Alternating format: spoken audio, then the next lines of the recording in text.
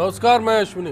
प्रधानमंत्री नरेंद्र मोदी ने अपनी सरकार के 2 साल पूरे होने के मौके पर अमेरिकी अखबार द वॉल स्ट्रीट जर्नल को इंटरव्यू दिया और कार्यकाल की उपलब्धियों का जिक्र किया। मोदी के मुताबिक इन 2 साल के दरमियान उन्होंने आर्थिक सुधारों के साथ साथ विकास की राह में आगे बढ़ने का एजेंडा तय किया है। सरकार ने अर्थव्यवस्था को रफ्तार देकर दुनिया की सबसे तेज उभरने वाली अर्थव्यवस्था बनाया। बकौल मोदी, भ्रष्टाचार रुका है, गांवों में इंफ्रास्ट्रक्चर को विकसित करने के लिए जरूरी कदम उठाए गए, देश में बिजनेस आसान हुआ। उधर कांग्रेस के मुताबिक सरकार ने अर्थव्यवस्था को कमजोर किया है और जहां तक सवाल प्रोडक्शन का है और एक्सपोर्ट का है तो देश की विफलताएं देखी जा सकती है। कांग्रेस रोजगार का मुद्दा भी गिना रही है, पर सवाल है कि मोदी सरकार की अर्थनीति कैसी रही। बात होगी 2 साल के सफर पर। बिग फाइट लाइव जारी रहेगा।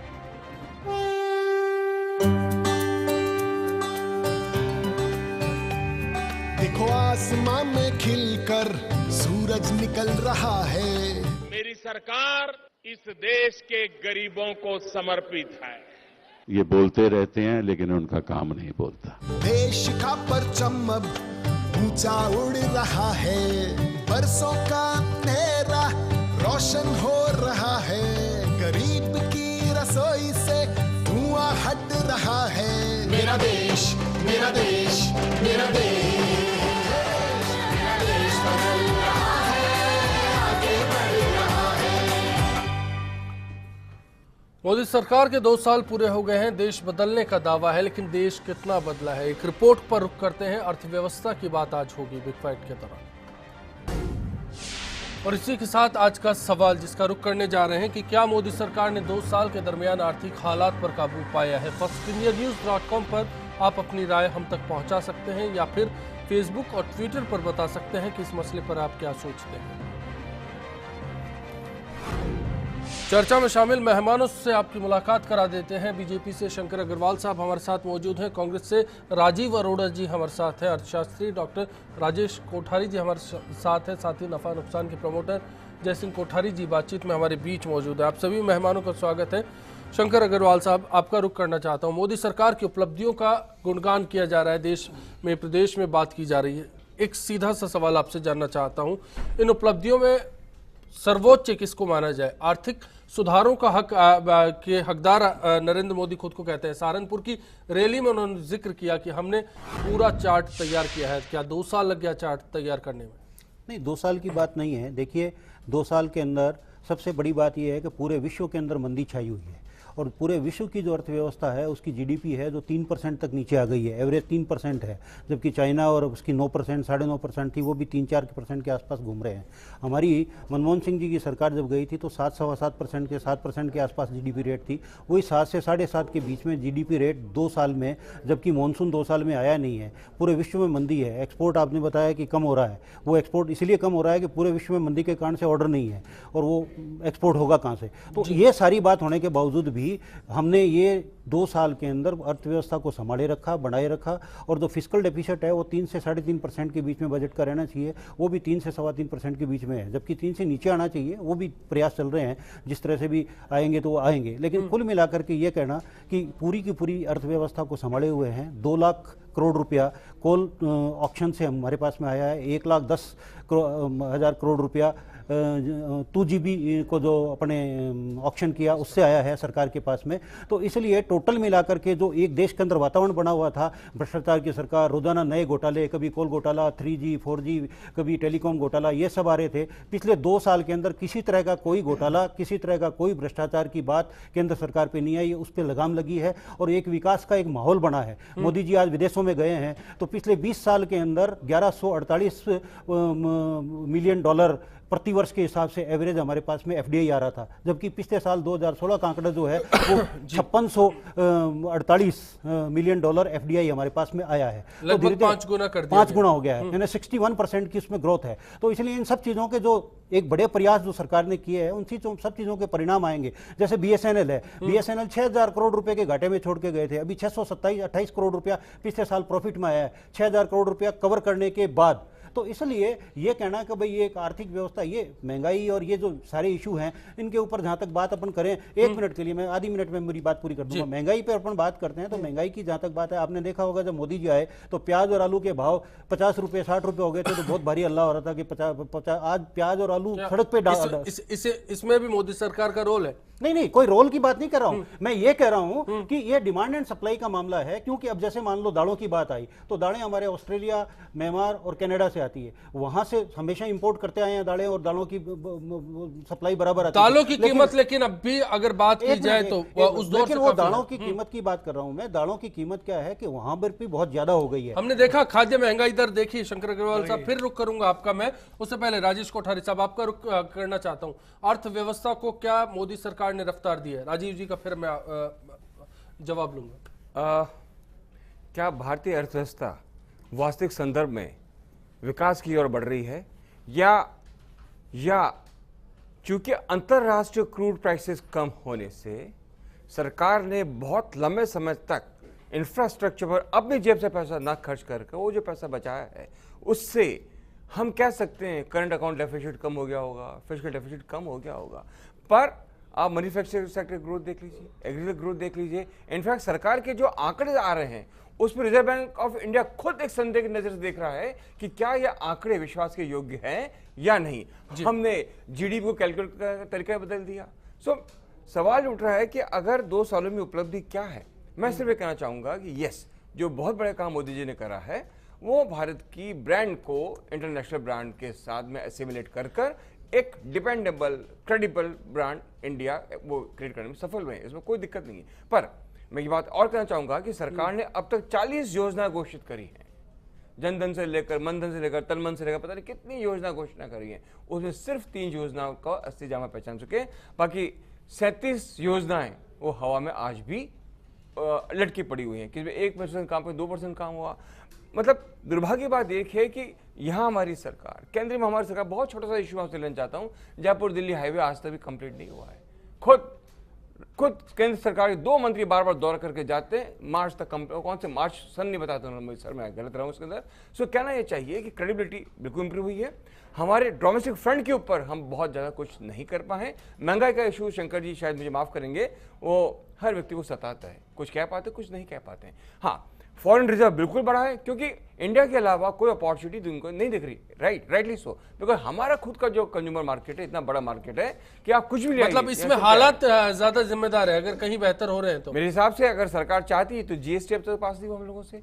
अब वो मैं जीएसटी पर भी बात करूंगा, नरेंद्र मोदी ने आज कहा है, उस पर मैं आऊंगा। उससे पहले राजीव अरोड़ा साहब आपसे जानना चाहता हूं कि जो तस्वीर हमारे सामने उसमें कांग्रेस पूरी तरह से विफलताओं की बात करती है, क्या कोई सफलता नजर नहीं आती? देखिए, जो सरकार ओनली भाषण पे बनी हुई हो, शासन पे ना हो, तो ओनली भाषण नो शासन वाली जो सरकार है, और जो अच्छे दिन की बात करती थी, लोग याद करने लगे हैं कि हमको वापस लौटा दिए हमारे पुराने दिन, वो स्थिति है। समाज का कोई वर्ग, चाहे वो कृषि से जुड़ा हुआ व्यक्ति हो तो हज़ारों व्यक्ति आत्महत्या कर रहे हैं। युवाओं की बात करें तो बेरोजगारी के लिए दर भटक रहे हैं नौकरी प्राप्त करने के लिए। व्यापारी की बात करें तो आपने देखा है कि जयपुर के अंदर, पूरे देश के अंदर 50-50 दिन तक हड़तालें हो रही, दुकानें बंद रहीं। इस बजट का ऐसा रिएक्शन हुआ क्योंकि बिना तैयारी करे हुए, बिना इंफ्रास्ट्रक्चर तैयार करे, होमवर्क करे बिना कानून लागू कर दिए गए। मेरे ख्याल से हर फ्रंट के ऊपर मोदी सरकार फेल रही है। और मैं राजेश कोठारी जी की बात से पूरी तरह सहमत हूँ, जो शंकर जी कहने के लिए भूल गए थे कि कोई BSNL और कोई कोल ब्लॉक से पैसा नहीं कमाया। सबसे पैसा कमाया तो क्रूड ऑयल की कीमत इतनी कम हुई है, उसके बाद भी जनता के ऊपर टैक्स का भार बढ़ा दिया गया, पेट्रोल और डीजल के दाम ऊंचे रखे गए, और हज़ारों करोड़ रुपया सरकार ने उस तरीके से बचाया जो कि उनको आम जनता को पास करना चाहिए था, देना चाहिए था। उससे महंगाई भी कम होती। फिर महंगाई बढ़ गई। अब 200 रुपये किलो अगर दाल खाने को मिलेगी तो लोग की थाली से तो दाल गायब हो चुकी है। मुझे समझ में नहीं आता कि किस तरीके से आर्थिक रूप से उन्नति बताते हैं। 100 दिन के अंदर डॉलर के दाम 45 रुपये करने वाले थे, मेरे पास आज तक कटिंग पड़ी हुई है, तो 67 रुपये डॉलर के दाम हो रहे हैं। जो एक्सपोर्ट है वो 40 से 45% डाउन है।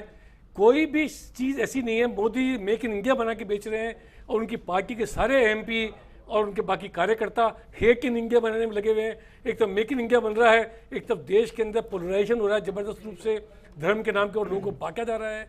मोदी जी कह रहे हैं कि मैं पूरे देश को सब करना चाहता हूं। आपके मुताबिक अर्थव्यवस्था की नब्ज पर फिलहाल काबू नहीं पाया गया? काबू नहीं पाया गया, हाथ से निकल चुकी है। खुद ने शंकर जी ने माना कि हम एक मजबूत अर्थव्यवस्था को सौंप के गए थे, 7% विकास की दर चल रही थी, पूरे विश्व के अंदर भारत तेजी से उन्नति की ओर बढ़ रहा था।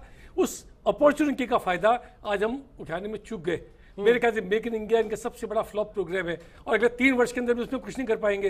रोजगार नहीं दे पाए पिछले 2 वर्षों के अंदर, आगे आने वाले समय के अंदर क्या होगा? रोजगार पर भी बात करूंगा मैं, जीएसटी पर भी बात करूंगा, लेकिन रुकना चाहता हूं। प्रधानमंत्री जी ने अपने भाषण में बोला कि हर गांव के अंदर बिजली का खंभा होना चाहिए। 70 साल बाद खंभे नहीं लगे। 15 वर्ष से मध्य प्रदेश में बीजेपी की सरकार है, खंभे क्यों नहीं लगे? छत्तीसगढ़ में 15 साल से बीजेपी सरकार है, वहाँ खंभे क्यों नहीं लगे? ये राज्यों का मामला है।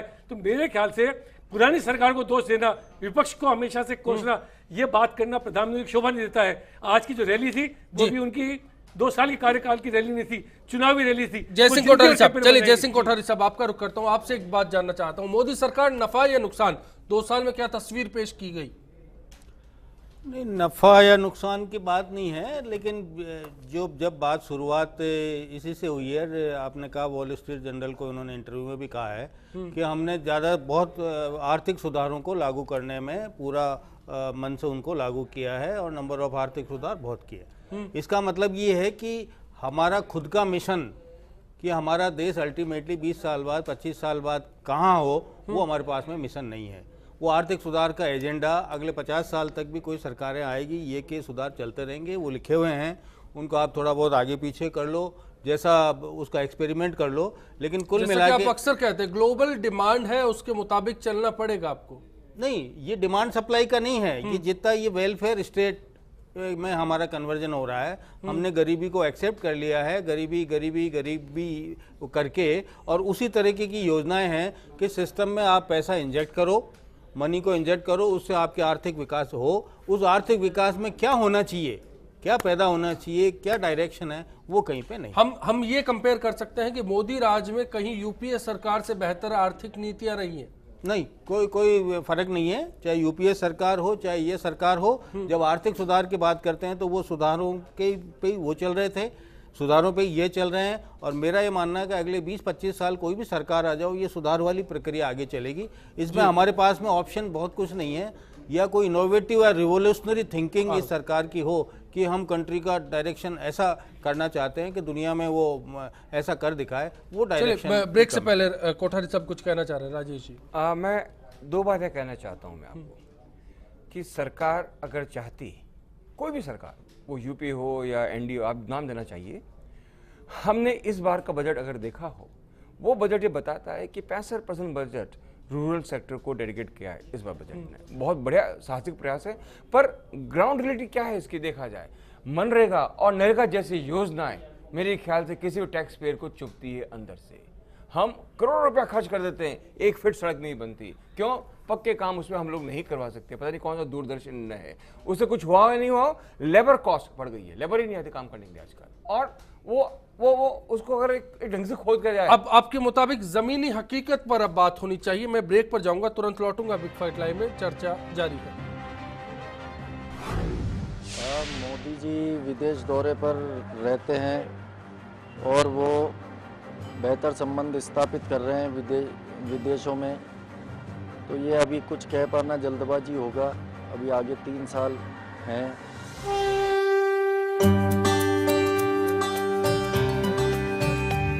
देखो आसमान में खिलकर सूरज निकल रहा है, देश का परचम अब ऊंचा उड़ रहा है, बरसों का अंधेरा रोशन हो रहा है, गरीब की रसोई से धुआं हट रहा है।